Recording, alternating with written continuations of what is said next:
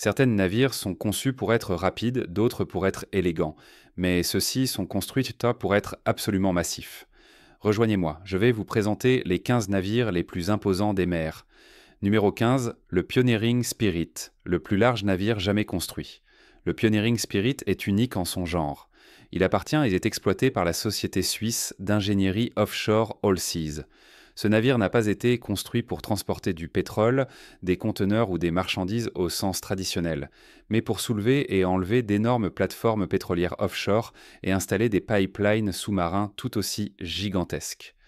C'est actuellement le navire le plus large jamais construit, avec une largeur de 124 mètres, 407 pieds, et une longueur d'environ 382 mètres, mal 253 pieds.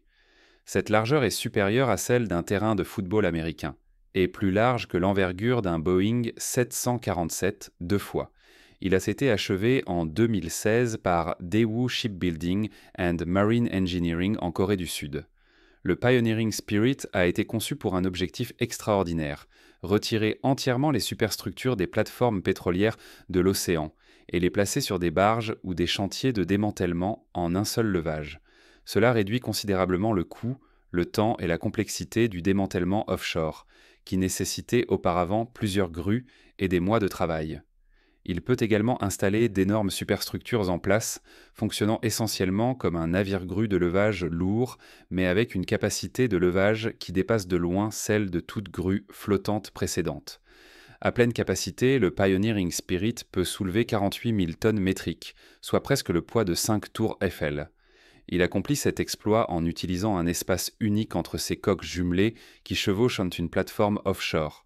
Des systèmes hydrauliques et des tendeurs synchronisés par un contrôle informatique lui permettent donc de soulever des structures massives en une seule opération, même dans des mers relativement agitées.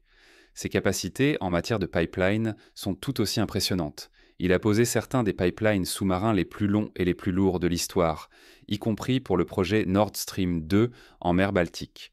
Au-delà de ses dimensions et de sa capacité de levage, le Pioneering Spirit est une merveille d'ingénierie en termes de propulsion et de maintien de position. Il est équipé de 12 propulseurs azimutaux, ce qui lui permet de manœuvrer avec une précision incroyable malgré sa taille. Ce système de positionnement lui permet de maintenir sa position sans ancre, ce qui est essentiel lorsqu'il travaille autour d'infrastructures sous-marines délicates.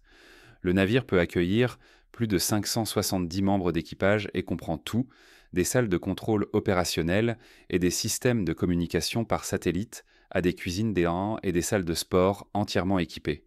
Il fonctionne également avec une redondance totale, ce qui signifie que la plupart des systèmes majeurs sont sauvegardés en cas de défaillance. Bien qu'il ne transporte pas de pétrole ou de marchandises au sens conventionnel, la mission du Pioneering Spirit et son échelle massive en font l'un des navires les plus imposants, lourds et uniques jamais construits.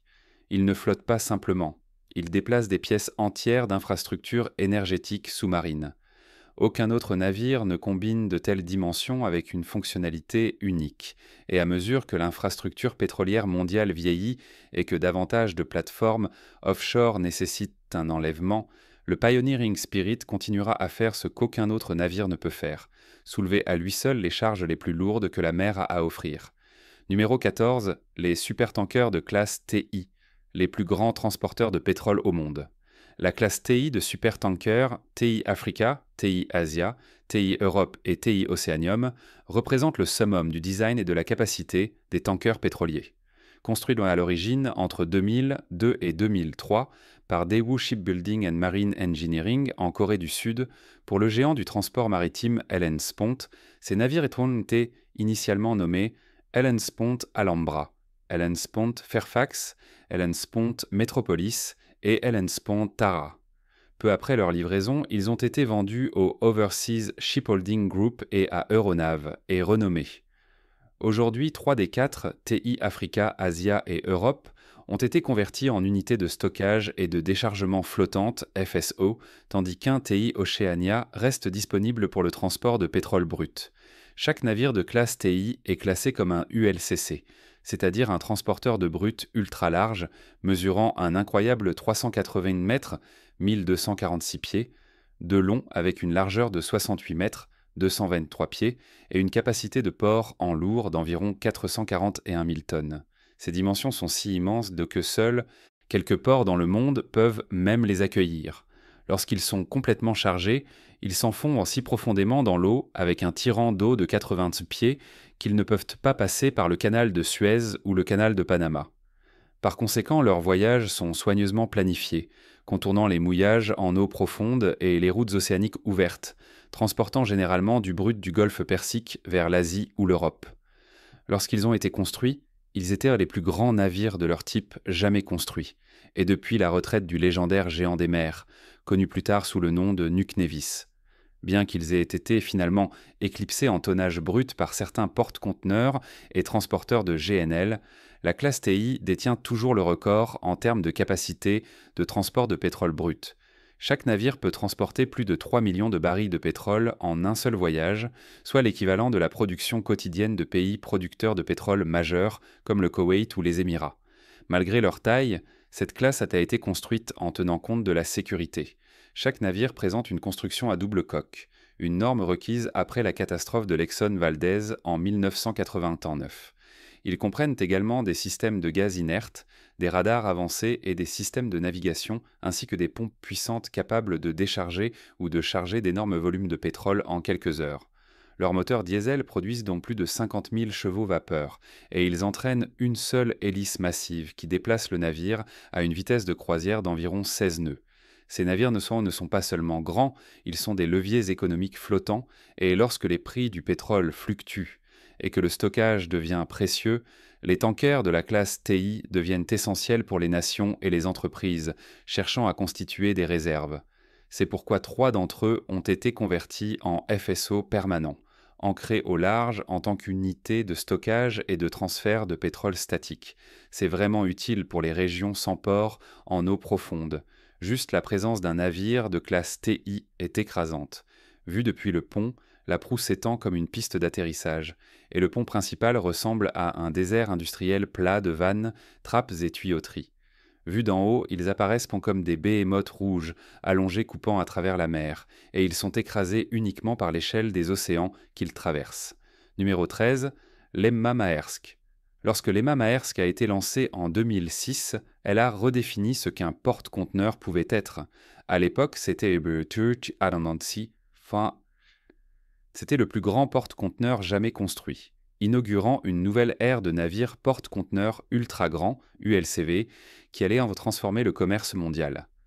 Construite par le chantier naval Odense Steel au Danemark et exploitée par AP Møller Maersk, le navire mesure un énorme 397 mètres, 1302 pieds, de long avec une largeur de 56 mètres, 184 pieds, et un port en lourd de plus de 156 000 tonnes.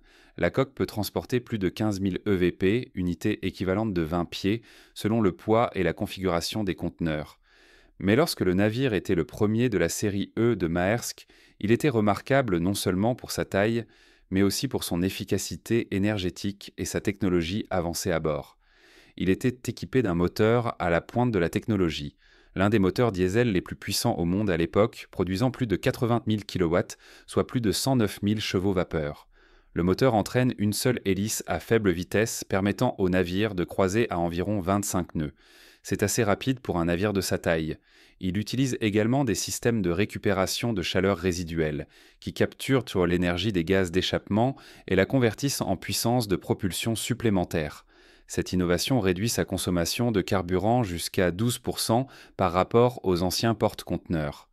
C'était un exemple précoce de la manière dont les compagnies maritimes pouvaient réduire les émissions et les coûts d'exploitation grâce à des améliorations d'efficacité intégrées, des années avant l'introduction des normes d'émissions plus strictes de l'OMI. Lorsqu'il est complètement chargé, l'Emma Maersk a un tirant d'eau de près de 16 mètres, environ 52 pieds, nécessitant des ports en eau profonde avec des postes d'amarrage et des grues spécialisées. Le pont s'étend sur la taille de 4 terrains de football, avec des rangées de conteneurs empilés jusqu'à 8 niveaux au-dessus du pont, et encore plus en dessous.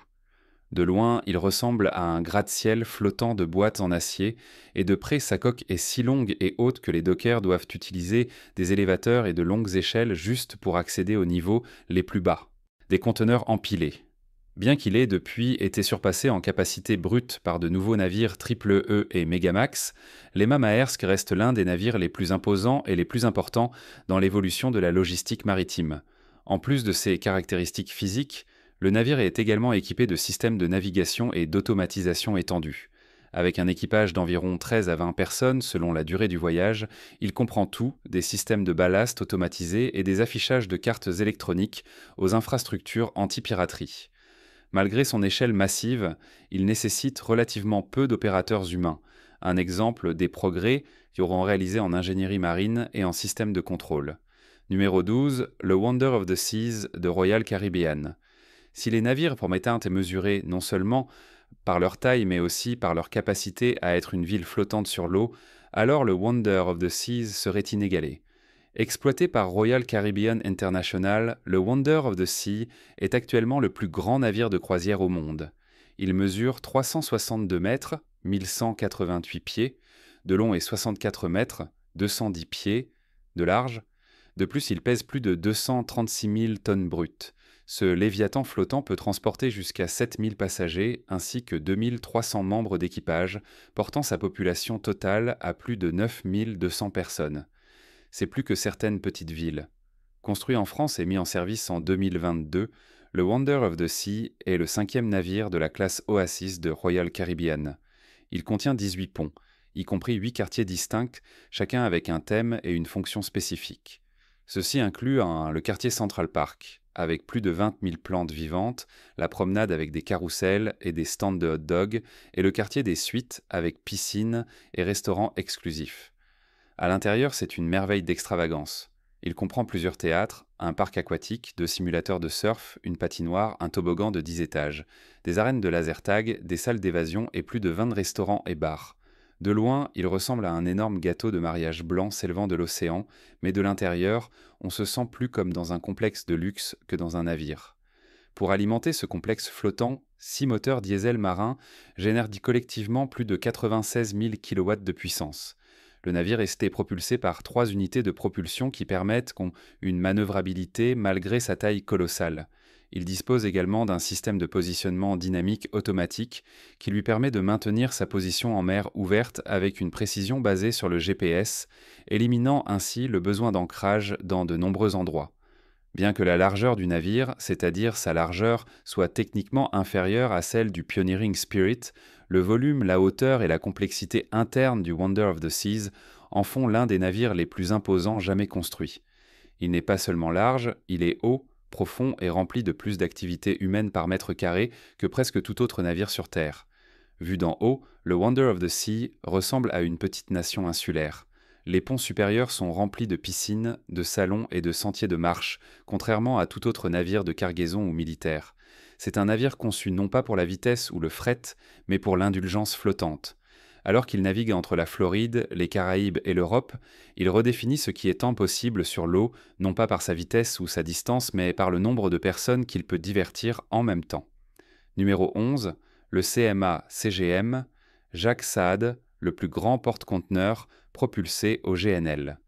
Le CMA-CGM Jacques Saad se distingue non seulement par sa taille incroyable, mais aussi par le fait qu'il est le plus grand porte-conteneurs au monde propulsé au gaz naturel liquéfié, GNL. Il appartient et est exploité par le géant français du transport maritime CMA-CGM. Le navire a été livré en 2020 et est nommé d'après le défunt fondateur de l'entreprise. Il mesure 400 mètres, 1312 pieds, de long, 61 mètres, 200 pieds, de large et a un tonnage brut d'environ 236 000 tonnes. Sa capacité de chargement dépasse 23 000 EVP, le plaçant fermement parmi les plus grands navires en termes de volume de conteneurs jamais construits. Construit par la China State Shipbuilding Corporation, il fait partie d'une série de 9 navires jumeaux, tous conçus avec une distinction clé. Ils sont alimentés au GNL. Alors que la plupart des porte-conteneurs utilisent donc du fioul lourd ou du diesel marin, ces navires sont équipés d'énormes réservoirs cryogéniques qui stockent le gaz naturel à environ -162 degrés Celsius. Cela les rend plus propres, produisant jusqu'à 99% de dioxyde de soufre en moins, 91% de particules en moins et 20% de CO2 en moins par rapport aux navires brûlant des combustibles conventionnels.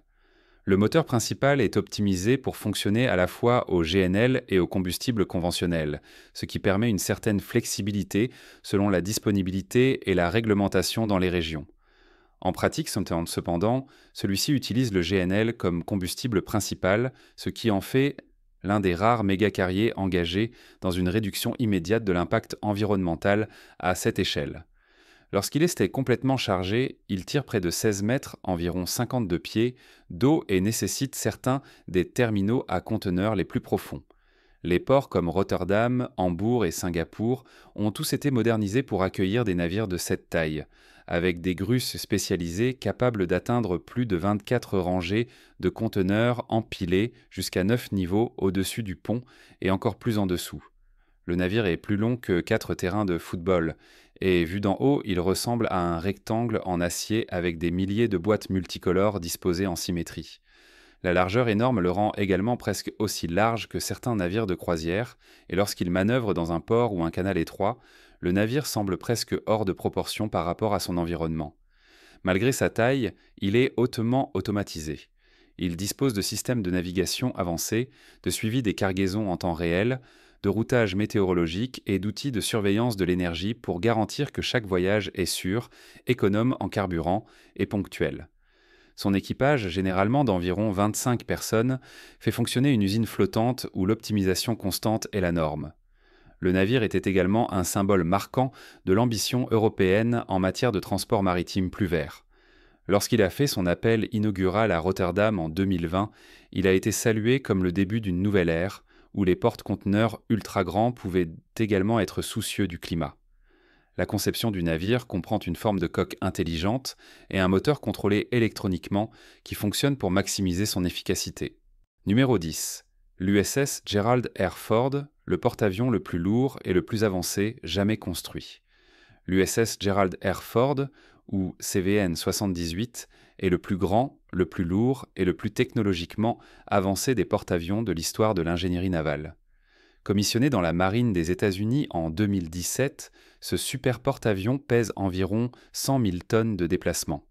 Il mesure plus de 337 mètres, 1106 pieds, de long et a une largeur de 78 mètres, 256 pieds, sur son pont d'envol. Il est plus long que la hauteur de la Tour Eiffel et aussi large qu'un stade olympique. Avec sa masse et son design futuriste, il représente une nouvelle classe de navires de guerre destinés à dominer les opérations navales jusqu'au XXIe siècle. Construit par Huntington Ingalls Industries à Newport News Shipbuilding en Virginie, l'USS Gerald R. Ford est le premier d'une nouvelle classe de porte-avions destinée à remplacer les vieux navires de classe Nimitz. Sa taille massive lui permet de transporter plus de 75 avions, y compris le F-18 Super Hornet, les E-2D Hawkeye et les hélicoptères MH-70R, ainsi que le nouveau F-35C Lightning II de pointe. L'alimentation du Ford provient de 2 réacteurs nucléaires A1B, fournissant près de 3 fois la puissance électrique de la génération précédente. Ces réacteurs permettent au navire de naviguer pendant plus de 20 ans sans avoir besoin de ravitaillement, lui donnant une portée mondiale inégalée.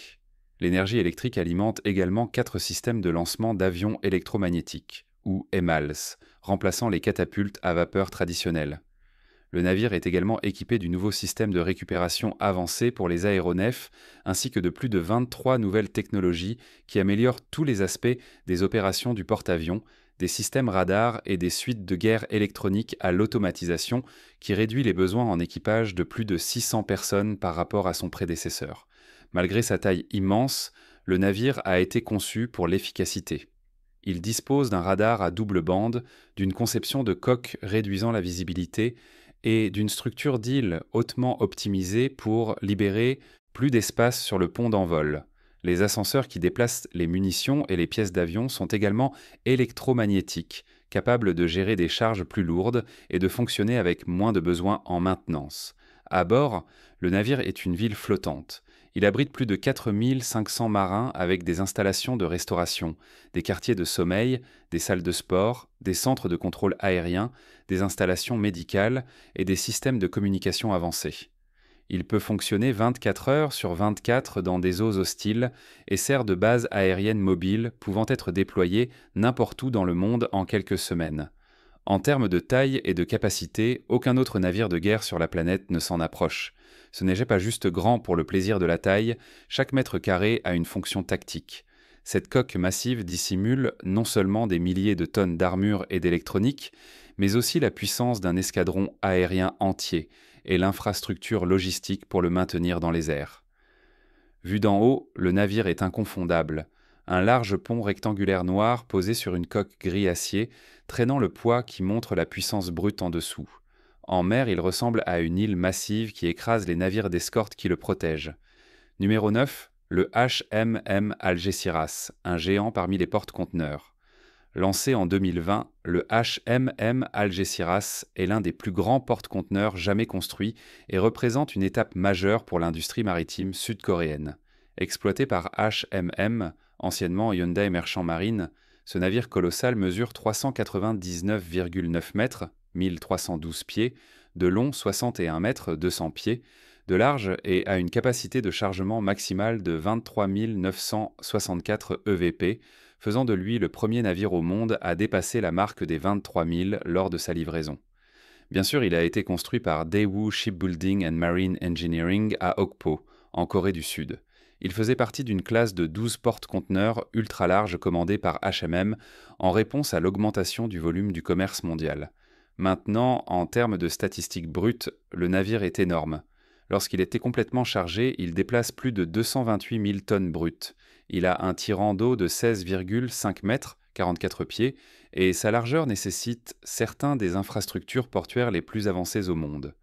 Seul un nombre limité de ports, y compris Rotterdam, Busan et Singapour, disposent d'une portée de grue et d'une profondeur d'eau suffisante pour gérer des navires comme celui-ci.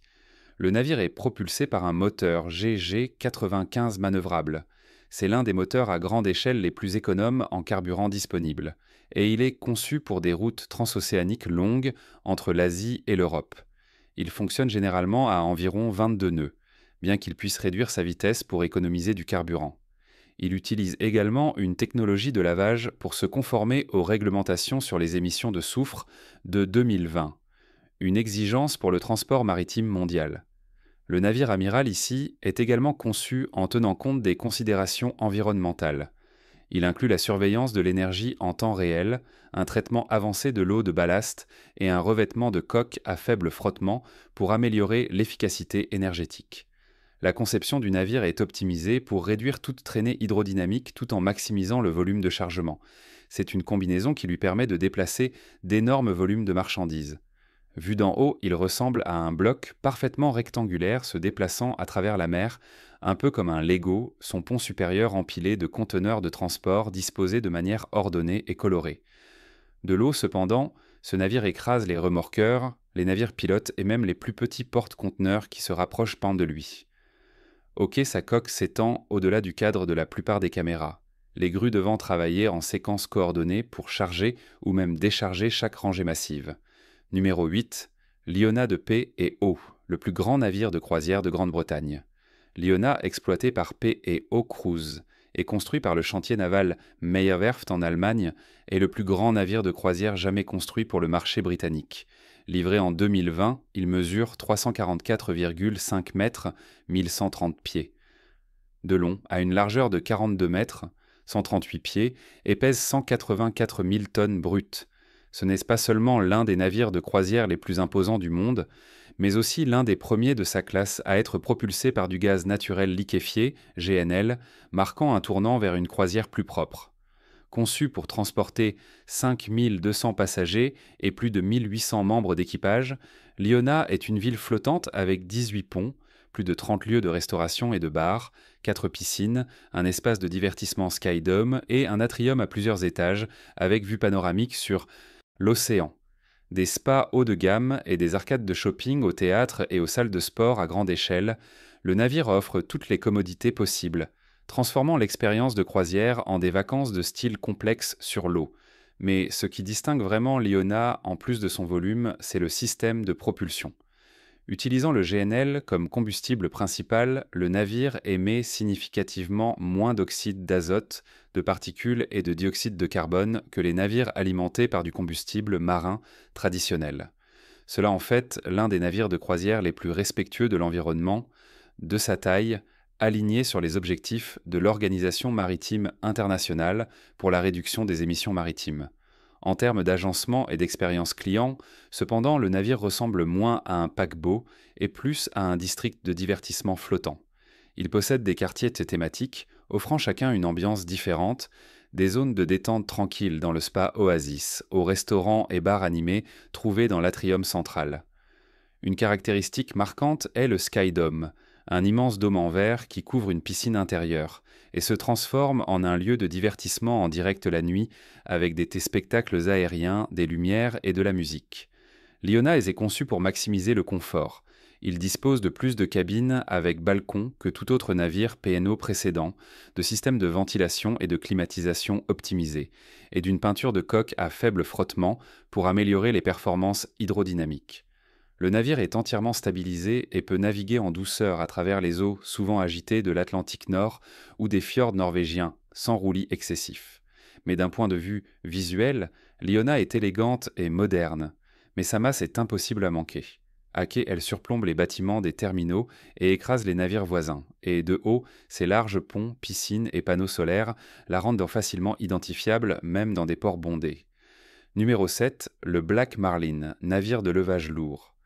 Parmi les navires les plus massifs et les plus non conventionnels au monde, peu peuvent rivaliser en absurdité visuelle et en échelle avec le Black Marlin, un navire de levage lourd semi-submersible conçu pour transporter des plateformes pétrolières entières, des navires de guerre et même d'autres navires à travers les océans comme des cargaisons sur une plateforme flottante. Exploité par Dakwai Shipping, une division de Boskalis, le Black Marlin est l'un des plus grands navires de son genre et un symbole de l'ingénierie maritime. Construit en 1999 à Taïwan, le Black Marlin et son navire jumeau, le Blue Marlin, ont été spécialement conçus pour une fonction incroyablement nichée mais vitale dans l'industrie mondiale, le transport d'énormes structures flottantes et d'autres méga-navires sur de grandes distances. Ces navires ont transporté des plateformes pétrolières de la Corée vers le golfe du Mexique, des destroyers navals de la cale sèche vers le service actif, et ont même rapatrié des navires de guerre endommagés pour réparation. À première vue, le Black Marlin ne ressemble pas vraiment à un navire traditionnel. Sa caractéristique définissante est sa capacité à s'immerger partiellement, en plongeant tout le pont sous la ligne de flottaison, afin que des cargaisons massives puissent être flottées au-dessus. Une fois la cargaison en place, le navire décharge pour remonter à nouveau, soulevant la cargaison hors de l'eau afin qu'elle puisse être transportée. Ce système de flottaison permet de déplacer des navires et des plateformes trop grands pour être levés par une grue ou mis en cale sèche. En termes de taille, c'est une bête. Il mesure 217 mètres, 712 pieds, de long et 42 mètres, 138 pieds, de large. Mais l'espace du pont est ce qui le rend vraiment imposant. Il a une surface de pont de plus de 7000 mètres carrés, suffisamment pour transporter une plateforme pétrolière semi-submersible entière ou plusieurs frégates navales. Le port en lourd ici est supérieur à 76 000 tonnes métriques et il peut transporter des cargaisons pesant jusqu'à 63 000 tonnes. Ces capacités ont été pleinement démontrées lors de plusieurs missions de haut profil. L'une de ces missions les plus notables a été le transport de l'USS Cole, un destroyer lance-missiles de la marine américaine qui a été gravement endommagé par une attaque terroriste au Yémen en 2000. Le Black Marlin a été chargé de transporter le navire endommagé de retour aux États-Unis pour réparation. Avec son pont immergé, le destroyer a été soigneusement flotté et sécurisé. Ensuite, lors d'un voyage de 2 semaines, le Black Marlin a transporté le navire à travers l'Atlantique comme une salle d'urgence flottante. Il soutient également, bien sûr, l'industrie énergétique offshore mondiale. Alors que les compagnies pétrolières construisent dans des plateformes de production flottantes de plus en plus grandes, le défi de déplacer ces structures des chantiers navals vers des sites de forage en eau profonde est devenu plus complexe. Le Black Marlin est devenu l'une des rares solutions capables de gérer une telle charge. Il est souvent utilisé pour transporter des modules de production pétrolière en surface, des plateformes à jambes et même des sections d'installation flottantes de GNL vers des océans éloignés. Ces dernières années, le rôle du navire a pris de l'importance avec l'essor des projets de démantèlement où des plateformes pétrolières entières doivent être retirées et démontées. Le Black Marlin et ses navires jumeaux sont cruciaux pour le transport de ces structures massives. D'un point de vue opérationnel, ils nécessitent une équipe et une expertise uniques pour fonctionner. Chaque mission est personnalisée et les ingénieurs doivent en calculer les besoins en ballast du navire, l'alignement de la cargaison et les points de stress structurels. Il se déplace lentement par nature.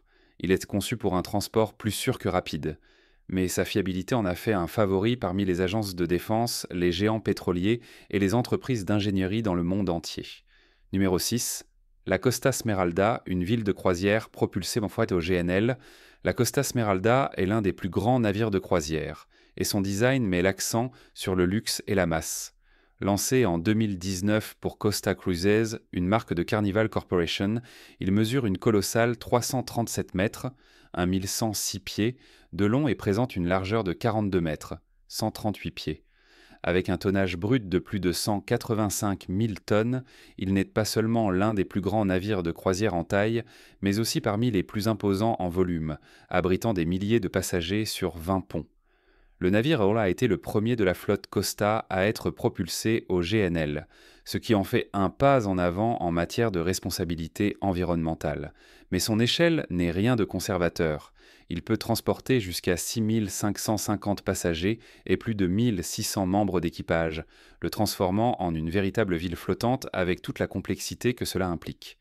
Le navire a été construit par le chantier naval finlandais Meyer Turku, et il appartient à la classe Helios, également connue dans d'autres marques de Carnival sous le nom de classe Excel, qui comprend des navires comme le Mardi Gras, qui appartient à Carnival Cruise Line, et l'AID Anova, qui appartient à AIDA Cruises. Ils sont tous remarquables pour leurs coques énormes, leurs ponts larges et leur haute capacité d'accueil. À l'intérieur, le navire dispose de 1550 cabines, d'un atrium central sur 3 niveaux, d'un centre commercial complet, d'un parc aquatique, de plusieurs piscines et d'un pont-promenade de 260 mètres. Ce design reflète un concept de navire en tant que complexe, où l'expérience à bord est tout aussi importante que les destinations. Le navire contient même un musée, le Costa Design Museum, qui présente l'art et le design industriel italien. La propulsion est assurée par des moteurs à double carburant Wärtsilä qui peuvent fonctionner entièrement au GNL, réduisant les émissions d'oxyde de soufre et de particules, et ces moteurs fournissent de l'énergie non seulement pour la navigation, mais pour chaque unité de climatisation, ascenseur et système d'éclairage à bord de ce géant. Il a une vitesse de service d'environ 21,5 nœuds, mais sa largeur et sa hauteur signifient qu'il manœuvre dans les ports avec l'aide de systèmes de propulseurs avancés. Mais ce qui le rend si visuellement imposant, c'est cette superstructure à plusieurs niveaux, qui s'élargit en couches étagées à mesure qu'elle monte. De loin, il ressemble un peu à un gâteau empilé avec 20 couches. Les images aériennes renforcent cette impression. Le pont supérieur s'étend avec des piscines, des bars et des panneaux solaires, et la poupe s'ouvre sur un grand amphithéâtre pour des spectacles et des vues sur la mer. Bien qu'il soit optimisé pour le confort et le divertissement, ce volume énorme entraîne certains défis. L'accostage nécessite des installations portuaires spéciales capables d'accueillir à la fois sa taille et ses besoins en approvisionnement en GNL. La largeur le restreint également aux larges voies maritimes et empêche l'accès aux ports plus anciens. Numéro 5. Le Globetic Tokyo. Dans les années 1970, lorsque l'appétit mondial pour le transport de pétrole a explosé, la taille des pétroliers a également augmenté. L'un des exemples les plus emblématiques était le Globetic Tokyo, lancé en 1973. Bien qu'il soit maintenant largement oublié en dehors des cercles maritimes, ce transporteur de brut ultra large construit en Grande-Bretagne était, au moment de son lancement, l'un des plus grands et des plus lourds navires jamais construits. Construit par Ishikawajima Harima, Heavy Industries au Japon pour la société britannique Globetic Tankers Limited, le Globetic Tokyo mesurait 378 mètres, 226 pieds, de largeur. À pleine charge, il avait un port en lourd de 483 000 tonnes, le plaçant fermement dans le domaine des navires les plus imposants du monde en termes de volume et de poids. Son immense conception de coque était optimisée pour transporter du pétrole brut du Moyen-Orient vers les marchés occidentaux. La conception du navire était simple mais immense, avec un énorme pont plat ayant une capacité de stockage de près de 4 millions de barils de pétrole, soutenu par des milliers de cadres internes et de compartiments de ballast. Ce navire, et d'autres comme lui, étaient une réponse à une condition économique très spécifique: la flambée des prix du pétrole et le désir de transporter le pétrole plus efficacement à travers les océans. Plutôt que de faire plusieurs expéditions plus petites, les compagnies pétrolières pouvaient réduire le coût par baril en consolidant dans ces méga-vaisseaux. Cependant, l'inconvénient était que très peu de ports pouvaient réellement accueillir un navire de ce type. Lorsqu'il était complètement chargé, il nécessitait un tirant d'eau de plus de 82 pieds, rendant l'accostage et le passage dans des eaux peu profondes pratiquement impossibles. Le navire était propulsé par un système de turbines à vapeur produisant plus de 45 000 chevaux-vapeur et il était relativement lent, naviguant à environ 15 nœuds. Il consommait encore d'énormes quantités de carburant et nécessitait un grand équipage d'ingénieurs pour maintenir les opérations constantes. Néanmoins, sa taille brute en faisait une force dominante dans le transport mondial de pétrole. Vu d'en haut, la forme du navire était inconfondable, un ovale métallique allongé avec une superstructure qui s'étendait loin vers l'arrière près de la poupe, typique des pétroliers de cette époque. Il manquait de caractéristiques glamour des navires modernes, mais il était plus qu'à la hauteur en termes de déplacement. Le navire avait une durée de vie relativement courte, les changements économiques et les nouvelles réglementations comme l'exigence de double coque et les restrictions portuaires rendant ces grands pétroliers à coque unique obsolètes dans les années 1980. Finalement, il a été vendu pour démolition comme beaucoup de ses semblables, au chantier de démolition de Gandhani au Pakistan. Une fin dramatiquement appropriée pour un navire qui symbolisait autrefois la limite supérieure de la capacité de chargement maritime. Numéro 4. L'Harmony of the Sea. En ce qui concerne la largeur et le volume dans le transport de passagers, l'Harmony of the Sea est une merveille d'ingénierie. Lancé en 2016 par Royal Caribbean International, ce behemoth appartient à la classe Oasis, une série de navires de croisière si grands qu'ils sont souvent comparés à de petites villes. Mesurant 362 mètres, 1198 pieds, de long et 66 mètres, 217 pieds, de large, l'Harmony of the Seas était, lors de son lancement, le plus large navire de croisière jamais construit et, pendant un temps, le plus grand navire de croisière en tonnage brut au monde. Le navire déplace plus de 226 000 tonnes brutes et peut accueillir jusqu'à 6 681 personnes avec plus de 2 300 membres d'équipage à bord. Cela signifie qu'environ 9 000 personnes peuvent habiter ce navire à la fois.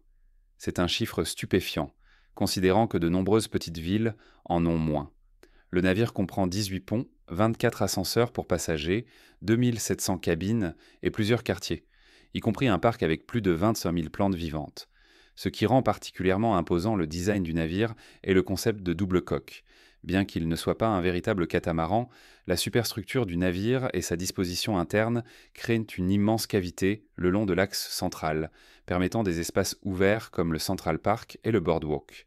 Ces zones ouvertes augmentent la largeur tout en améliorant l'expérience des invités, donnant au navire son milieu massif et son empreinte sans équivalent sur les mers. La propulsion est fournie par 3 propulseurs azimutaux de 20 000 kW et 4 propulseurs de proue, permettant à ce navire immense de manœuvrer avec une précision surprenante.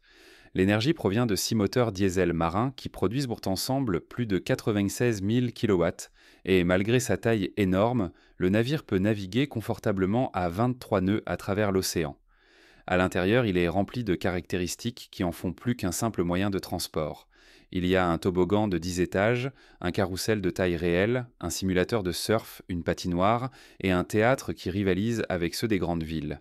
Il a même un barman robot et une tyrolienne s'étendant sur 9 ponts. D'un point de vue design, c'est un exploit logistique.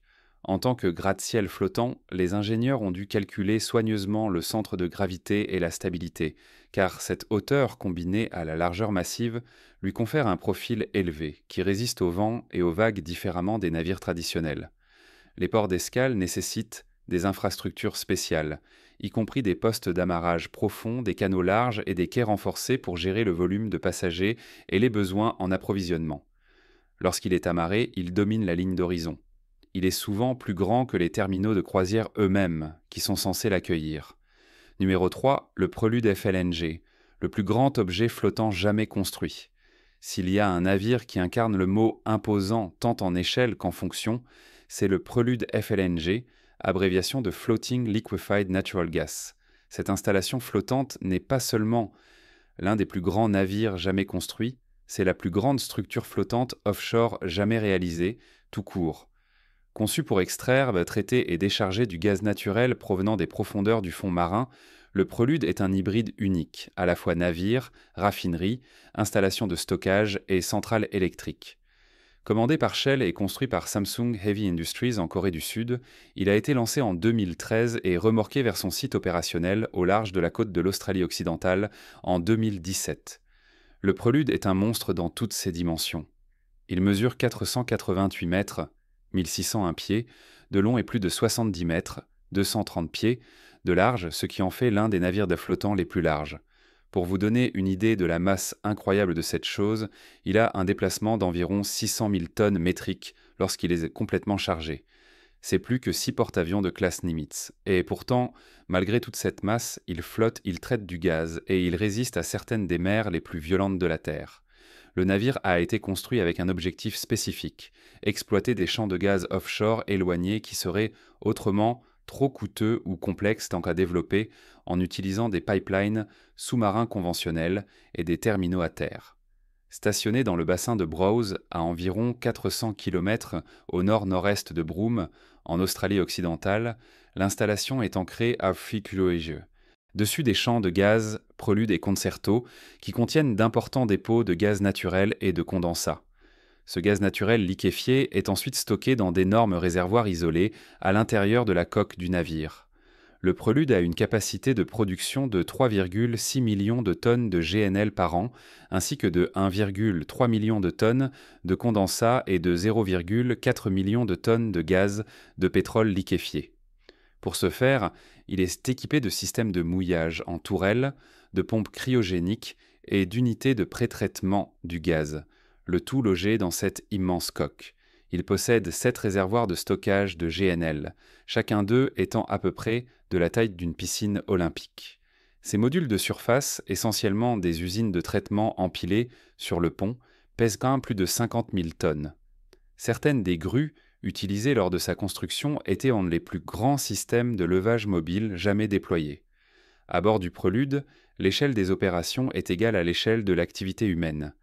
L'installation abrite entre 120 et 150 personnes à tout moment, toutes logées dans des modules d'hébergement autonomes. Ceux-ci comprennent des quartiers de vie, des cuisines, des espaces de loisirs, des installations médicales et tout le nécessaire pour soutenir la vie à des centaines de kilomètres au large. D'un point de vue environnemental, le Prelude représente un changement dans la production d'énergie offshore. En traitant le gaz en mer, il évite la nécessité de construire des usines coûteuses et perturbatrices à terre. Cela dit, il n'a pas été sans critique. Des groupes environnementaux ont exprimé des préoccupations concernant le risque d'exploitation d'une telle installation industrielle massive en eaux ouvertes, et depuis son lancement, il a connu plusieurs arrêts technologiques et retards. En 2020, les opérations ont été suspendues en raison de préoccupations de sécurité et à nouveau en 2021 en raison de panne du système électrique. Mais en 2022, Shell a repris ses opérations et s'attend à ce que le navire produise pendant 25 ans sans relocalisation. Même vu d'en haut, cette chose semble surréaliste. C'est comme un gratte-ciel mal placé, flottant sur l'océan Indien. Sa taille est difficile à saisir sans contexte, mais se tenir sur son pont, c'est être écrasé par le réseau de tuyaux, de réservoirs, de cheminées et de plateformes de sécurité. C'est une merveille industrielle comparable à n'importe quelle mégastructure terrestre, sauf qu'au lieu d'être ancrée dans la Terre, elle flotte simplement au-dessus. Sous tous les angles, qu'il s'agisse d'ingénierie, d'économie, d'environnement ou de logistique, le Prelude FLNG est l'un des navires les plus extrêmes que l'humanité ait jamais construit. C'est une ville flottante, une usine, une centrale à gaz et une installation de stockage, le tout naviguant sur les vagues de l'un des coins les plus reculés du monde. Et au-dessus de tout cela, c'est définitivement, incontestablement, un navire imposant, non seulement en largeur, mais aussi en ambition. Numéro 1, le Boka Vanguard. Le Boka Vanguard n'est pas juste un navire, c'est une plateforme capable de transporter d'autres navires, des plateformes pétrolières entières et des structures trop grandes pour les cales sèches. Il est exploité par l'entrepreneur maritime néerlandais Boskalis. Ce navire de levage lourd semi-submersible est le plus grand de son genre au monde en termes de surface de pont et de déplacement. Il mesure 275 mètres de long, 902 pieds, et une largeur extraordinaire de 70 mètres, 230 pieds.